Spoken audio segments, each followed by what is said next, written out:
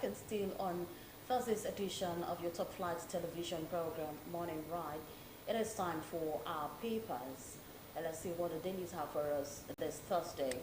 I'd like to introduce my co-anchor and also our analyst seated here. Our co-anchor, Ogaga Ekama. Good morning, good to have you. Good morning, Lilibet. And I'd like to introduce our analyst, as usual, Mr. Bonnie Akeze. Good morning, sir. Good morning, my sister. Good morning, sir. Ogaga. Welcome. Welcome. It's good to have you as always. Only women do not shake. Okay, so Good morning. all right, thank you so much, sir. Okay, so let's see our first paper. We're going to be taking The Nation first. The Nation newspaper. The screaming story on The Nation newspaper says, Pomp, splendor, mark hosting of Tinubu, wife of King Charles. Pomp, splendor mark hosting of Tinubu, wife by King Charles. Above the mass, we have 80 terrorists crushed by troops in Borno night bombing. LP to pick presidential candidate May 23. Tomorrow is Eid al-Fitr. Sultan Abubakar declares. Economy strong enough to withstand global shocks. Rider says new payment system coming, says Cardoso. And the rider to that screaming story, the pomp, splendor, mark hosting of Tinubu, wife by King Charles. It says, state visit puts Nigeria in global focus. Tinubu seeks British support to end insecurity. Okay, so let's say there's a reason for going there. All right, 10 Philippines convicted for trafficking cocaine. And finally, cocoa farmers abducted in Ibadan. That's it on The Nation. The next daily we have for you this morning is the Nigerian Tribune, and the lead here says, Malam Factory battle. Military kills 80 ISWAP members in Borno, and the rider take ownership of fight against Boko Haram. ISWAP. CDS tells Borno, Yobe people. You can get details of that story on page 3 of the Nigerian Tribune. And Wike's PDP faction meets, says convention date sacrosanct. The rider, I have not moved from PDP, and this is coming from a statement credited to the Bauchi governor. Sultan confirms Friday as Eid al-Fitr. And we have a photo speak here. We have a couple of photos speak, but the major one here is a picture of the Nigerian president, Bola Tinubu, the King of the UK, King Charles III, and his wife, Queen Camilla, and also the wife of the president, Remi Tinubu. UBA NITCOM to unlock diaspora capital for Nigeria's growth. Maiduguri explosion. No cause justifies killing of innocent people. And that's coming from the Vice President, Kashim Shettima. And lastly, from the Nigerian Tribune, CRIN abduction. CRIN abduction. Police said 2 out of 4 cocoa farmers rescued, and rather 3 suspects arrested.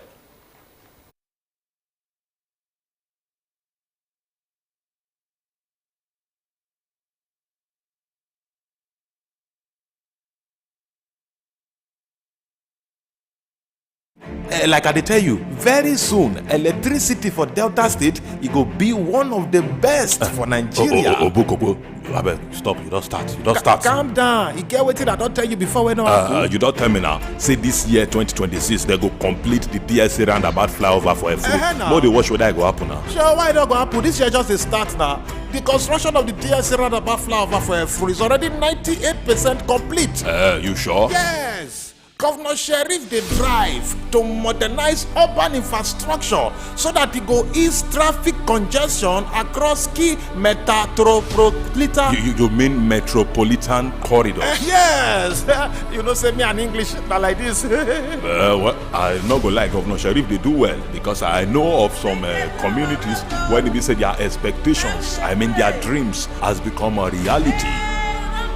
You will talk something about electricity.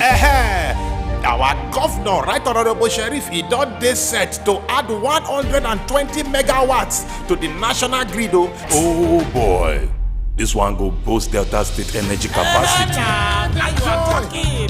Delta State Health Insurance Scheme expanded between 2023 to 2025, becoming Nigeria's largest state health insurance scheme. While Oborewori no go clinch double honors as Governor of the Year 2025. Governor Oborewori don remember Kokori Sweet Crude with 12 billion naira road rehabilitation. I know, na 35.32 kilometer road for Ethiopia East local government area. 150 primary healthcare centers under renovation and upgrade across the state. This road intervention wey Governor Sheriff dey do so na practical demonstration of the Governor Sheriff opportunities for all wey dey more agenda. Particularly communities wey don suffer neglect for years. Governor Sheriff dey work with the CM matter. Brought to you by Delta State Ministry of Information.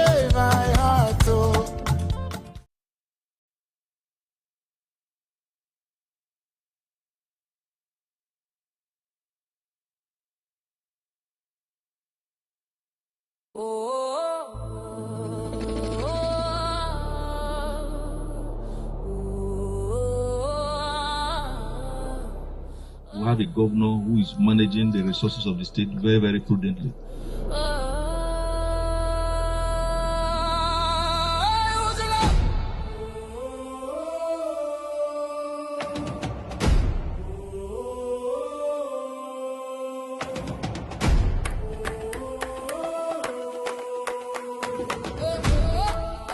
When we say that governance will not cease because we are in what you may call pre-election year, you could see that the governor is walking the talk. He's looking ahead by delivering projects that touches the life of the people.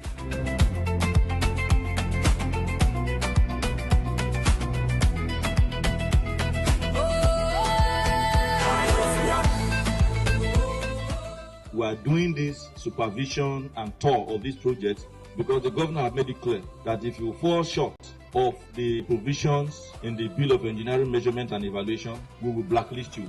And we are seeing much more quality work coming in. We're also seeing greater speed.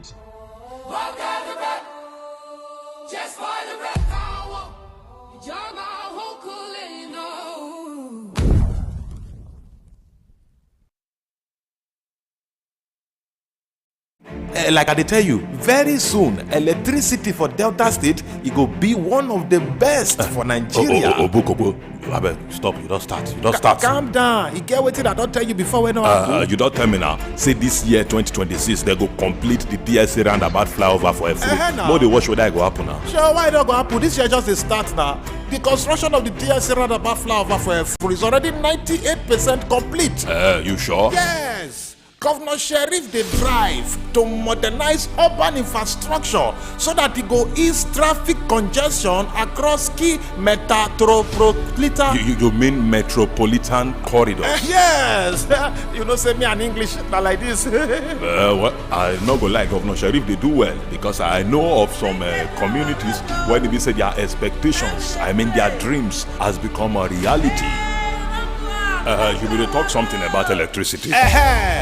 Our governor, Right Honorable Sheriff, he don dey set to add 120 megawatts to the national grid. Oh boy, this one go boost Delta State energy capacity.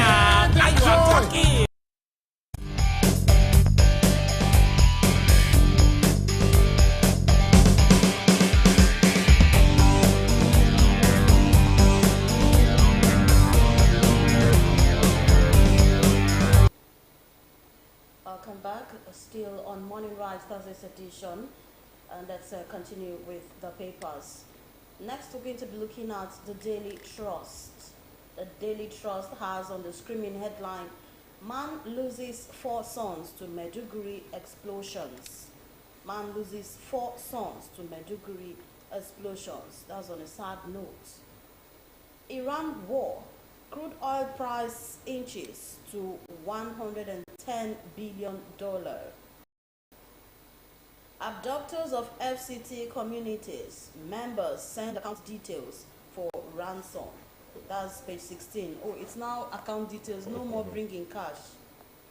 All right. Jostle for Kwara governorship intensifies. It is on page 10.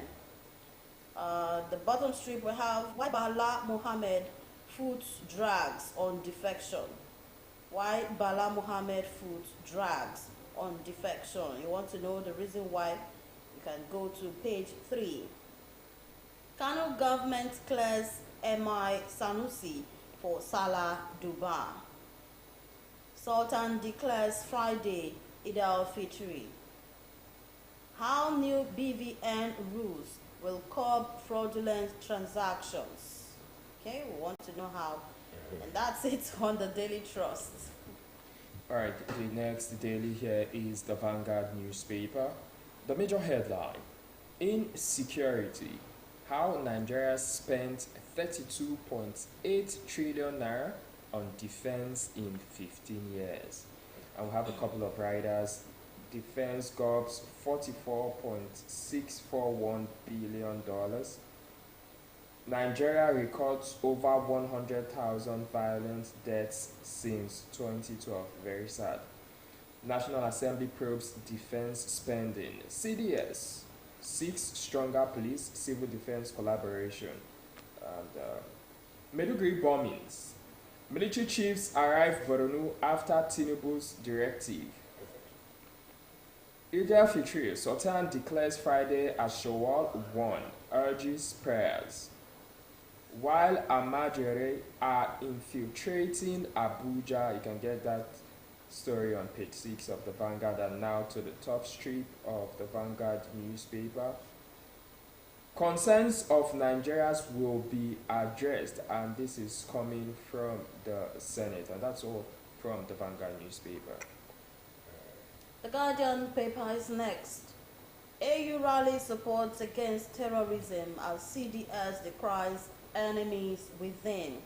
Details on page 6 on the Guardian newspaper. Africa's public debt near $1.2 trillion amid refinance burden, physical shocks. Details on page 15. Page 3, State Police gains momentum as Barawu meets committee, promises safeguards. PDP plans for convention despite internal conciliation talks, and that's on page 3. Tinubu, King Charles hold interfaith dialogue, deepening ties. Details on page 6. Ministry's operations books open for probe, says Umahi, and that's on page 7. Ramadan ends today as Saudi Arabia Sultan declared Friday Eid al-Fitr. FG to transform correctional centers into food production hubs. Wow. Okay, details on page 30. And in Lagos, 6/8 commissioners set to resign for 2027 election. And that's it on the Guardian. Moving quickly now to the Daily Sun newspaper. The lead. ACF gives damning verdict on insecurity. We've got 2 writers attached to that story. The first says Nigeria failing, sliding into anarchy. The second, troops foil terrorist attack, kill over 60, destroy strongholds in Borno. Still more headlines from the Daily Sun newspaper. Gunmen kidnap 4 cocoa farmers in Ibadan. PDP crisis. National Convention not negotiable, caretaker committee. And the writer attached to that story says, party begins sale of forms March 23. And you can get details of that story on page 26 of the Daily Sun newspaper. Eid al-Fitr. Kano government alleges destabilization plot during Salah celebrations. Daily Sun newspaper. And the rider, police ban Yantawi group from Dubai, activities in Katsina. State police, your concerns will be addressed. Barrow assures Nigerians. And the rider, Senate engages IGP committee. Benue, Akume loyalists meet, plots to wrest power from Governor Alia. And lastly, from the Daily Sun newspaper, ex-Abia civil servants in pains over 13 months unpaid pension. The rider plead with Governor Oti to pay them. Right, a new telegraph is next. Bomb blast. Troops kill over 80 terrorists in precision strikes. Middle East crisis. Israel strikes world's largest gas field in Iran. King Charles will receive Tinubu's wife with full military honors. We have on debt. Electricity crisis worsens as Genco shuts down plants. It's been shut down. Okay.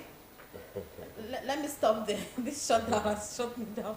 So let me stop there on the New Telegraph. You can grab a copy to peruse further. Quickly. Let's move now to the Daily Independent. The Daily Independent newspaper. The lead headline, Maiduguri bombings.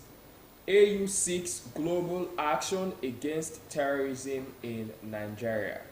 We've got 3 riders as troops killed over 80 terrorists in Borno. CDS to Borno, Yobe, take ownership of terror fight. And lastly, federal government investing in equipment to tackle terrorists. A statement credited to the Vice President Kashim Shettima. 5G, Nigerians excitement drops as network deployment drags. Labour Party fixes May 23 for 2027 presidential primaries. And the last headline I'll be taking from the Daily Independent. ADC demands action for El-Rufai after 30 days in detention. All right, and that's it on Daily Independent. We'll quickly take the Punch newspaper.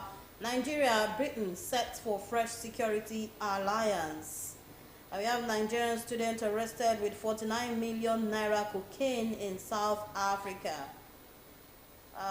Lastly, we'll take Sultan declares Friday, Sultan declares Friday, Eid police, NSCDC mobilize.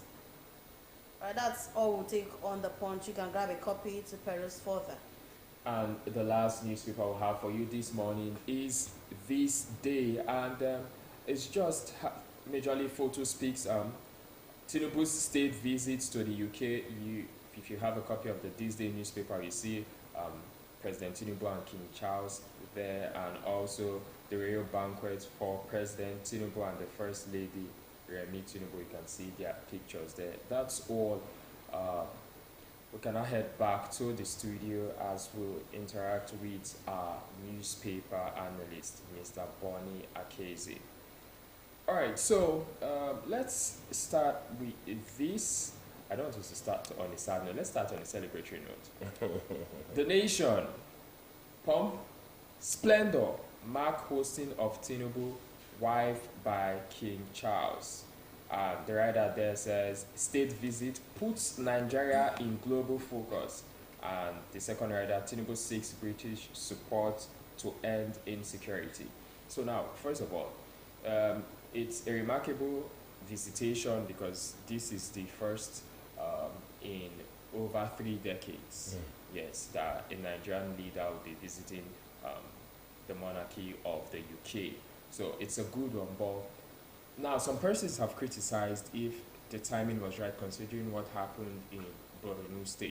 However, we can see from the headlines and from the news that the military, they've responded properly, but they're saying, could the president have shifted his trip, maybe visiting the state first of all, not just sending service chiefs to commiserate with them and condole with them before visiting the UK? And would you say this is a good trip? Because it's not the first time we're seeing the president, the leadership of the country, visiting foreign countries, talking about investments and all of that. But do you think that any nation will come and invest, or even individuals will invest in a country where there is high rate of insecurity?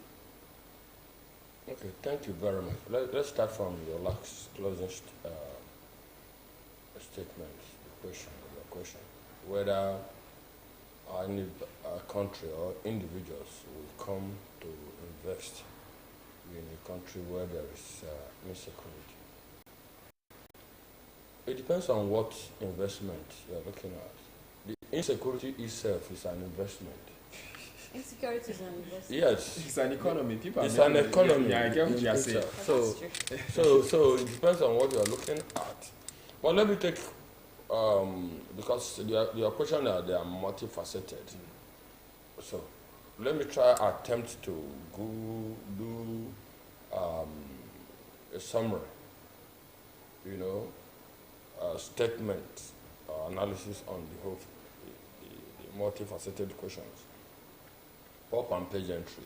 First of all, you started with, let's just start from the visitation. A celebratory note, a joyous note. Fine.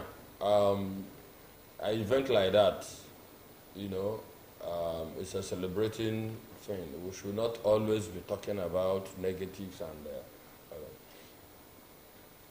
Then the other one said it puts Nigeria on a global focus. Those are the kind of statements I have reservation for. Because Nigeria by now was supposed to be a giant in the global community. Giant of Africa. Not just Africa. So it is not a visit to a state visit that should be putting us on a global scale. Yeah. We have so many things. We are not a nation to be ignored. At all, yeah. You're right. So then secondly, from my knowledge of Nigerian history, from my knowledge of world history, I am not one of those who are excited about relationship with Britain. Because Britain, you cannot, when you look at Nigerian history, when you review Nigerian history and want to look at why we are what we are, what is plaguing us, Britain is at the center of it. I look at all around the world. The history of Britain is the history of exploitation. I cannot look at any nation of the world and say because of their relationship with Britain, they were lifted. This is my opinion, guided by my knowledge of history. So, you talk about investments, fighting insecurity. Fine. Yes, MOUs have been signed. MOUs have been signed. These are not the first time we're signing MOUs. Yes. These are the first time. So, unless somebody wants to tell me that Britain has reversed her imperialist approach to relating with nations in Africa, then I would say, okay, maybe this is triggering a new beginning. But today, our history with Britain, I am not one of those who are excited about it. I am not one of those who are excited about it. And I want to say that it's high time African countries, especially Nigeria, that is look up to as the giant of the country, we should think more of what we can do for ourselves. We can think more of how we can heal from inside, rather than always looking at what other people can do for us. We are not naturally condition to be a beggarly nation. True. We are not. Look at China coming now as one of the superpowers. When I was in the university, they used to teach us about the challenge of the South. When we mean the Southern Hemisphere, the third world countries. China was counted among the third world countries. What did they do differently? They have now joined the league of superpower.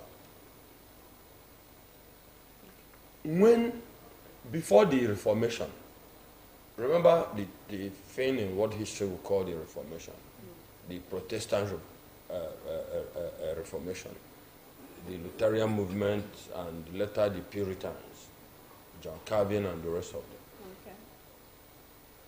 Okay. Asia, the Asian civilization was ahead of the European civilization. In fact, the Asian civilization referred to European civilization as barbarian civilization. Many people are not aware of that. The Asian people like Japan, but the Reformation altered the scale. That the type of ethical revolution that came with the type of gospel that were preached on the pulpit altered the balance to the extent that even the Asians were overtaken by European civilization. If you see, when you read the Japanese, you see where the Emperor Meiji, I think that was in 17 something, he had to send the best brains in Japan to go to the states of Europe, Germany, Britain, Switzerland, to go and understudy how this sudden leap, that the people they looked down on as barbarian civilization, now surpassed them in everything. It was one of the cardinal projects, and if you go and look at modern Japan, you can't talk about modern Japan without talking of what they call the Meiji Restoration. So, the nations have to heal from inside. We have, those people talking about, let us look at attempts Nigeria have made in our political economy. If you remember what we call the Nigeria Enterprise Promotion Decree, people call it the indigenization decree. These were national development policy plan that were designed, to put Nigerian economy in the hands of Nigerians. To put Nigerian economy in. The British businesses operated in Nigeria did everything to frustrate it. Did everything. Go and read it. Nigerian. If you study, there's a book. There's a book called written by Thomas Biestaker, The Nigerian Economy, Multinationals, Nigerian Economy and State something. But it was written by Thomas Biestaker. You will see how they frustrated the attempt for Nigeria to achieve economic sovereignty. These are the people we are running back to. I rest my case. Don't you think they have succeeded? Okay, all right. So I don't want to really go down there because you took us you actually took us back to history. Yes. At the point you were lost, right? Okay, so let's say this Iran war. Crude oil price inches to $110 billion. Yes, and we have this write-up from Cardoso, the CBN governor. It says economy strong enough to withstand global shocks. Now, with what is happening, the conflicts in the Middle East involving Iran, Israel, and even the United States coming in, it has actually placed Nigeria's economy at a critical crossroad. Now, how can you marry with what Cardoso said, that Nigerians have economy strong enough to withstand global shock? Do you think he is right? What are the measures? See, what do you expect Cardoso to say? Cardoso is the governor of CBN. CBN. Any statements that will come from him should be the statements of hope. He shouldn't be the one to tell you the downside of things. No, it is not. But let's go back also a bit again to history. The oil industry, the story of the oil industry has been the story of boom and bust. It has been the story of volatility. So, and our economy, you know the position, you know the contribution of the oil and gas industry in our economy. Most of the people who are talking about foreign direct investment, go and find out who are the foreign direct investors who are interested. There are people who want to come and extract raw material. Yes. There are people who tell me the foreign investors who have come to invest in developing, manufacturing in Nigeria, using our raw material, through which our people can also scale up their industrial capacity. Nobody's doing that. So, the oil and gas thing is the focus of everybody. Everybody's playing around it, directly or indirectly. Those who are financing are fine. Remember when, during that, when they had the issue that you discovered that, what is they call this company? That's Ohando. Yes. Was holding the greater percentage of the bank loan. Because banks were falling on each other. Because they had this, what I call a monopoly, to bring in diesel into Nigeria. And everybody scampered. And when the country ran into problem because of the issue in the world global oil and gas market, you saw what happened. So, we take, what some of these people, they take advantage that majority of our people are not even positioned enough to follow what the trend and patterns of things that are happening. So we are people who could be told anything. Yes. So the trouble in the Middle East. The trouble in the Middle East, it is not within our power to determine how it will affect us. Because number one is the structure of our economy, the character of our system. Our value system cannot even support a global economic system.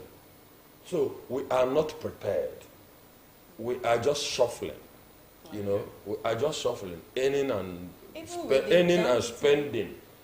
Those things that are used required to do internalization, domestication of political, economic structures, the things that make countries get firm root, my dear, they are not there. Even with the Dangote refinery that is operating now, most persons, they had this belief that with Dangote refinery coming up, that things are going to be easier, talking about oil. But right now, we're buying oil at the rate of 1,002 and 1,003, and there are speculations that oil is going to increase to 2,000 naira per liter. Do you think Dangote has actually, the way, like that, Dangote refinery said they source more of their crude from outside.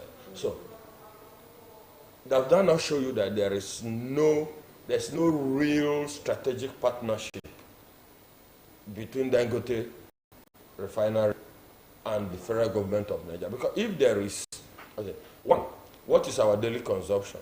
Yes. The refinery has the capacity to supply.